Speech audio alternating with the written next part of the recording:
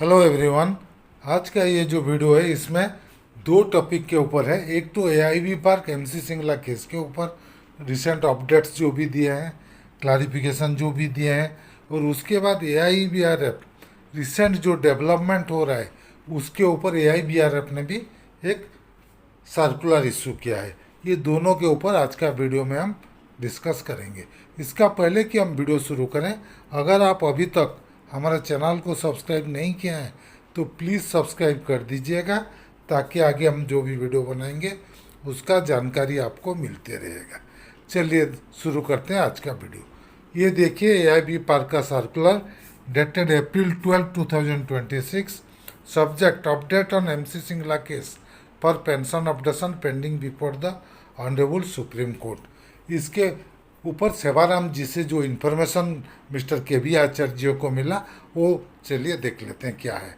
ये इन्फॉर्मेशन देखिए। The Supreme court daily regular matter list for 23/4/2026 has also come. Unfortunately, it also shows that on 23rd April 2026, the three judges bench will sit, and hence the regular matter in MC Singla case to be heard by two judges bench will not be listed on 23rd/4/2026. The weekly regular matter list for next week, 29/4/2026 and to 30th April 2026, shall be issued on 25th April 2026, and we will inform the position on 25 April 2026 evening. Regards mister Sewaram advocate.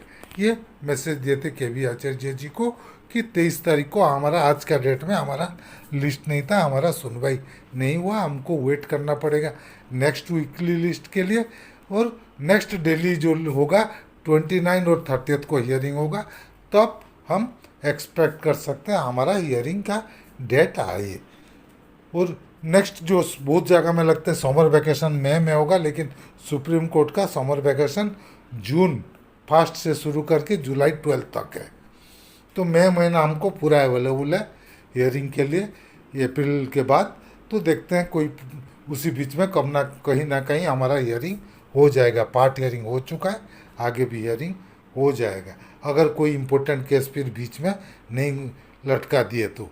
Next circular AIB park का और है, जो कि आज का जो एक reamer चल रहा है उसी के ऊपर, शेयरिंग के ऊपर। ये डेटेड अप्रैल 3, 2026। एआईबी पार्क का ये क्लैरिफिकेशन मिला है फ्रॉम मिस्टर सेवाराम जी, जो के बी आचार्य जी को दिए हैं। चलिए वही डायरेक्ट देख लेते हैं। False post moving around in different WhatsApp group on the so called hearing at the Supreme Court in regard to MC Singla case on pension updation, उसके ऊपर सेवाराम जी का जो आया है मैसेज देखिए। The circulated message of एलिज्ड hearing of the MC Singla case on 22 and 23rd April 2026 in Supreme Court is false and mischievous. The case is to be heard by two judges bench in court number 2 and was not listed on 22nd and 23rd April 2026 due to sitting of three judges bench in court number 2 on both the days. हमारा hearing हुआ ही नहीं, और वो false message चारों तरफ circulate हो रहा है, उसको विश्वास मत कीजिए, और आपके पास अगर आता है वो आप सर्कुलेट मत कीजिए, आगे मत उसको पोस्ट कीजिए, किसी के पास मत भेजिए। और ये नीचे हमारा के बी आचार्य सुब्रतो सरकार जी का सिग्नेचर है नीचे। नेक्स्ट एआईबीआरएफ का जो सर्कुलर है वो भी देख लेते हैं। ये देखिए, All India Bank retirees federation dated 23rd April 2026, आज का सर्कुलर। उनका लिखिए, रेड में लिखा है 6th conference slogan, pension updation is right of bank retirees. ये सब बैंक रिटायरीज डिमांड कर रहे हैं पेंशन अपडेशन। इनका जो सब्जेक्ट है रिगार्डिंग डेवलपमेंट्स, ओनली वो लिखे हैं डेवलपमेंट।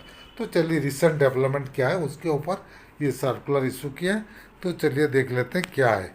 पहले वो लिखे, गवर्नमेंट ने जो आईबीए को लेटर लिख के बोला है जल्दी से जल्दी आप सेटलमेंट को ख़त्म कीजिए 12 मंथ्स के अंदर सेटलमेंट कर लीजिए। 20 अप्रैल 2026 को ये डीएफएस ने लिखा है आईबीए को। और in the said letter DFS has directed public sector bank to initiate negotiation for the 30th bipartite settlement and 10th joint note के बारे में बातचीत करने के लिए उसमें लिखा हुआ है, क्योंकि जो 12th बीपीएस है वो 31/7/2027 में कंप्लीट हो जा रहा है। नेक्स्ट ड्यू होगा 1/11/2027 से। This communication assumes significance importance for retirees. Retirees इसको importantly over the past 2 years AIBRF has been actively pursuing pending retirees issue, particularly pension updation through various organization initiatives following the signing of the 12th bipartite settlement in March 2024। तब से अभी तक क्या कर रहे हैं, कुछ तो हुआ नहीं, हम एक्सेप्ट हमका सबका होप सिंगला केस में लटका हुआ है, उसके अलावा और कोई डेवलपमेंट हुआ ही नहीं है। चलिए आगे देखते हैं क्या है। We welcome the DFS directives को, उसको वेलकम कर रहे हैं। Development open a new window for AIBRF to pursue resolution of pending research issue. The emphasise on regulatory amendment within the stipulated time frame reflects a transparent, systematic and progressive approach to HR practice। अभी AIBRF ने एक 12 months के अंदर complete करने के लिए लिखा हुआ है। All state committee are requested to convene urgent meeting and submit their suggestion action plan on the following. किसके ऊपर एक्शन प्लान, चलिए डिटेल में देख लेते हैं। First, identification of pending retirees issue to be pursued at various level during the next 12 months. Suggestion on the most appropriate formula for pension updation which remain the foremost demand। क्या approach करना है उनको, क्या formula suggest करना है। Clear cut already formula establish कर चुका है आरबीआई पेंशनर्स। आरबीआई फार्मूला में हमारा पेंशन अपडेशन होगा विथ 10% इंक्रीज, क्लियर कट है, उसमें नया फार्मूला का कोई ज़रूरत ही नहीं है। ये इनको क्यों ये समझ में नहीं आता है। Strategy to counter the earlier standoff IBA citing matters of judice as the reason for non implementation of pension updation. जो सब जुडिस है बोले उसको अपोज करना है काउंटर। अभी तक क्यों नहीं कर रहे थे, क्योंकि अभी तक AIBA ग्रीन सिग्नल नहीं दिया था। अभी AIBA ग्रीन सिग्नल दे दिया कि अपोज करो सब जुडिस को। AIBA खुद भी अपोज कर रहे हैं, तब इनका लेटर में ये भी बात आ गया। Next, types of organisational programme and action AIBRF should undertake to strengthen its efforts. उसका आगे क्या क्या प्रॉब्लम लेंगे, प्रोग्राम करेंगे। All state committee are advised to submit their feedback within 1 month। 1 महीना के अंदर उनका फीडबैक सब स्टेट कमिटी को सबमिट करना है।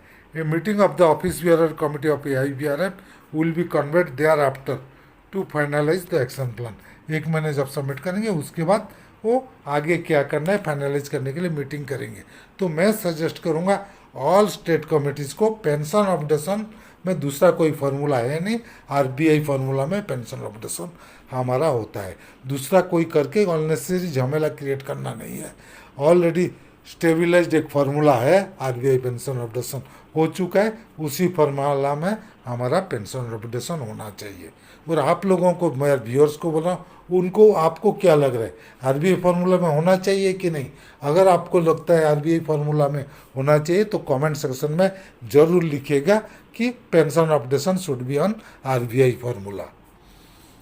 Next, writ petition for direct dialogues with IBA. ये लोग जो केस फाइल किए हैं मुंबई हाई कोर्ट में कि रिटायरीज को भी बुलाया जाए बातचीत करने के लिए आईबीए के साथ। कोई भी रिटायरीज का इशू रिटायरीज को बुलाना चाहिए। गुड, अच्छा बात है, बुलाना भी चाहिए, लेकिन इसको ये लोग मुंबई हाई कोर्ट नहीं करके डायरेक्ट सुप्रीम कोर्ट में करना चाहिए। क्योंकि मुंबई हाई कोर्ट होगा, फिर आईबीए जाएगा सुप्रीम कोर्ट में, फिर सुप्रीम कोर्ट में होगा, तो इससे अच्छा था डायरेक्ट सुप्रीम कोर्ट में करना चाहिए था। द फर्स्ट हियरिंग वो एक्सपेक्ट कर रहे हैं before summer vacation, that is on 9 May 2026। Further development will be communicated periodically. आगे जो भी डेवलपमेंट होगा वो बताएंगे। Participation in IBA 30th conference, ये लोग गए थे उधर, पार्टिसिपेट किए थे मिस्टर SC जैन ने। कहाँ? बेंगलोर में जो कॉन्फ्रेंस हुआ था AIBA का, AIBA का 30th कॉन्फ्रेंस, उसमें वो अटेंड किए थे ऑन 21 अप्रैल 2026। उनका जो भाषण है मैं आपको वीडियो में दिखा चुका हूँ, दोनों का, CHV का और SC जैन का। मेरा प्रीवियस वीडियो में वो क्या क्या बोले हैं आपको दिखा चुका हूँ। During the conference retirees issue were highlighted and support was sought for their resolution. In response, AIBA leadership assured full support and indicated that if necessary, they would consider organizational action, including a strike in support of retirees' demand. Retirees का pension ऑप्टेशन के लिए वो लोग बोल रहे हैं strike भी call करेंगे। अभी AIBA को ये चीज़ दिमाग में आया है, अभी तक नहीं था क्योंकि वर्किंग एम्प्लॉयज़ का 5 days PLI करने के लिए जाते, फिर उसमें जब IBA ने उनको सपोर्ट नहीं किया तब वो IBA को अपोज करना शुरू किए हैं, और उसी के लिए रिटायरीज का भी उनको सपोर्ट चाहिए, तो रिटायरीज का इशू को भी वो आगे ला रहे हैं। नेक्स्ट कॉन्फ्रेंस AIBRF का कब होगा उसके बारे में डिसाइड करेंगे। अभी भुवनेश्वर में सेंट्रल कमेटी मीटिंग हुआ था, indoor office bearing committee meeting हुआ, उसके बाद वो नेक्स्ट कहाँ होगा कॉन्फ्रेंस डिसाइड करेंगे और आगे का प्रोग्राम चेकआउट करेंगे एज पर नेक्स्ट कॉन्फ्रेंस में जो भी डिसाइड होगा। We wish to assure all concerned that sincere efforts are being made to convene the next conference at the earliest possible time. However, it is important to emphasize that our foremost priority continues to be effective resolution of pending retirees issue. With warm greetings, yours sincerely, Mr. SC Jain, general secretary AIBRF। तो हम चाहते हैं next बायबैटेट का 13 का शुरू करने से पहले रिटायरीज का इशू, जो पेंडिंग इशू, रेसिडियल इशू को ख़त्म करना चाहिए, उसके बाद 13 बायबैटेट का बातचीत होना चाहिए, मेरा तो यही मानना है। तो एनीवे, चलिए आगे क्या होता है देखेंगे। ये था आज का वीडियो। अगर हमारा वीडियो आपको पसंद आया तो प्लीज़ इसको लाइक कीजिए, शेयर कीजिए। आपका कुछ मतामत है तो कमेंट सेक्शन में ज़रूर दीजिएगा, और अगर अभी तक हमारा चैनल को सब्सक्राइब नहीं किए हैं तो प्लीज़ सब्सक्राइब कर दीजिएगा, और बेल आइकन को दबाना मत भूलिएगा, ताकि आगे हम जो भी वीडियो बनाएंगे उसका जानकारी आपको मिलते रहेगा। Team Amiya Kumar Mishra, thank you.